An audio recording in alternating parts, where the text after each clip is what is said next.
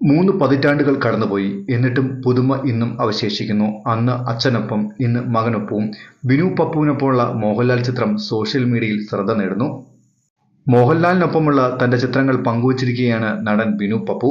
1994-ൽ മോഹൻലാലിനൊപ്പം നിൽക്കുന്ന തന്റെ കുട്ടിക്കാലത്തെ ചിത്രവും 2024-ൽ ഇരുവരും ഒരുമിച്ച് നിൽക്കുന്ന ചിത്രവും ബിനു പങ്കുവച്ചിട്ടുണ്ട്.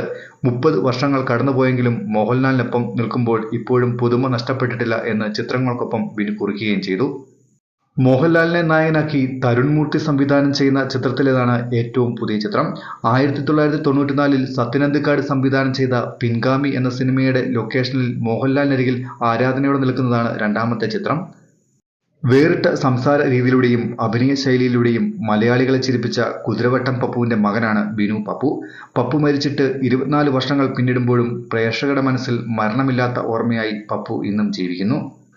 ബിനുവുമൊത്തുള്ള മോഹൻലാലിന്റെ ചിത്രം വൈറലായതോടെ പപ്പുവും മോഹൻലാലുമുള്ള പഴയകാല ചിത്രവും ഇതിനോടകം ആരാധകർ ഓർത്തെടുക്കുന്നു.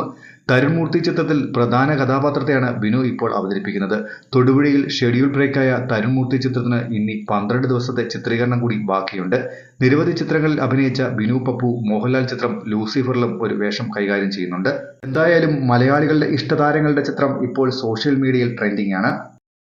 ബിനു അഭിനയിച്ച ചിത്രങ്ങളിൽ നിങ്ങൾക്കിഷ്ടപ്പെട്ട ചിത്രം കമന്റ് ചെയ്യാൻ മറക്കല്ലേ. കൂടുതൽ സിനിമാ ലോകത്തെ വാർത്തകൾക്കും വിശേഷങ്ങൾക്കുമായി ഈ ചാനൽ സബ്സ്ക്രൈബ് ചെയ്യുക. മറ്റൊരു വീഡിയോയുമായി വീണ്ടും കാണാം. നന്ദി.